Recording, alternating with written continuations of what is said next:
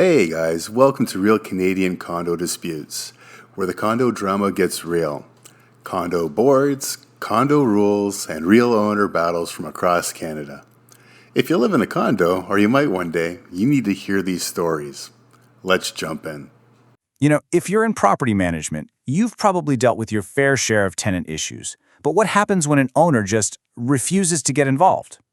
Well, we're about to dive into a case study that shows the very real, very steep financial price of doing nothing. This is a lesson in owner liability you really can't afford to miss.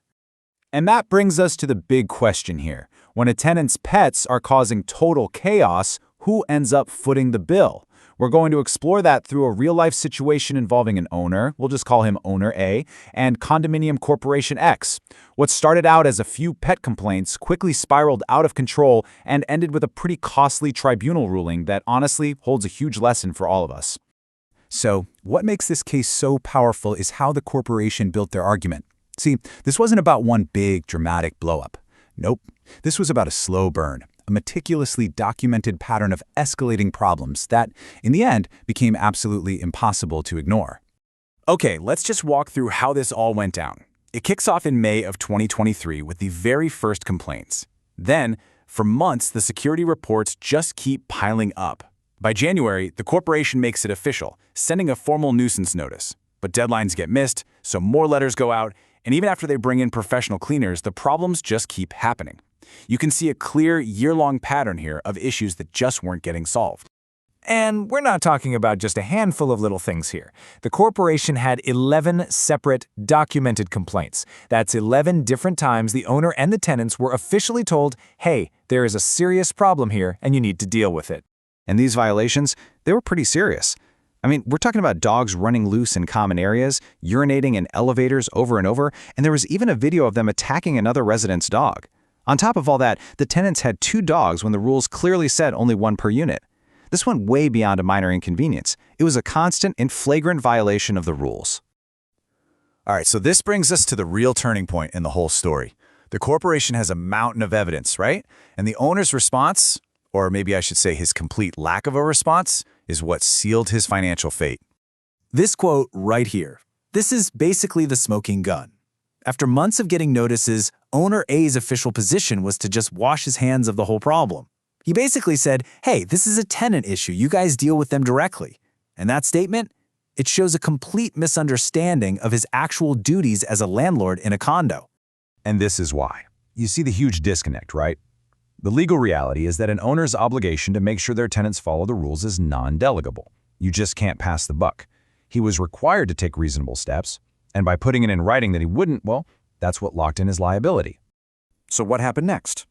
Well, the corporation really had no choice but to take the whole thing to the Condominium Authority Tribunal. And because they had done their homework so well, and because the owner failed to engage, the outcome was, let's just say, very swift and very clear. I mean, the corporation's case was practically airtight. They had security reports, they had video, they had photos. But here's the key. The owner and one of the tenants, they didn't really even participate in the hearing. They offered no defense at all, which meant all that evidence just stood there completely uncontested. So the tribunal's order came down, and it left absolutely no room for interpretation. First, they officially declared that yes, the dogs were a nuisance. Second, they ordered that the dogs had to be permanently removed from the property. And third, this is the part that hits the wallet, they awarded costs against both the owner and the tenants. And this is where we get to the real meat of it for any property manager or condo owner. What is the actual, dollars and cents cost of just ignoring your responsibilities? Let's break down exactly what this cost Owner A. Now, the tribunal didn't just pull these numbers out of thin air. They were really clear about why they were assigning these costs. It was a direct result of the owner's and tenants' behavior. Specifically, their failure to show up for the hearing and their constant refusal to comply with all the notices they'd been sent. First up, get this, 100%. The tribunal ordered Owner A to pay back every single cent the corporation had spent on enforcement before the case even started. We're talking about every warning letter, every hour of staff time spent on documentation. All of it was on him.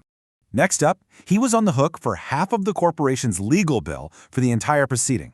Think about that for a second. By refusing to deal with the problem early on, he basically guaranteed he'd be paying lawyers later. And not just his own, but the corporations too. And just to top it all off, he also had to reimburse the corporation for the tribunal's filing fee. It might seem like a small thing, but it's just one more piece of the financial weight that landed squarely on his shoulders, all because he chose to do nothing.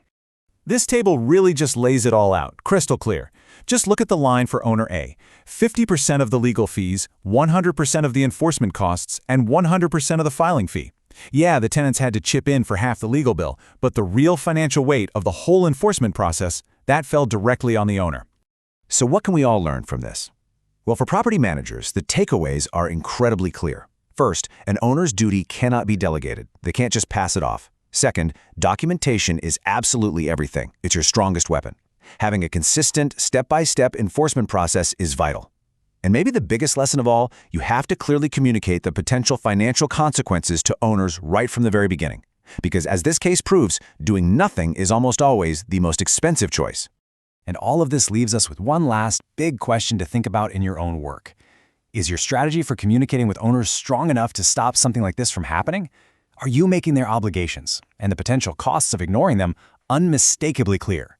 Because as we just saw, a little bit of clarity at the start can save a world of headaches and expense down the road. Thanks for watching Real Canadian Condo Disputes. If you found this breakdown useful, hit like, subscribe, and share your own condo experience in the comments.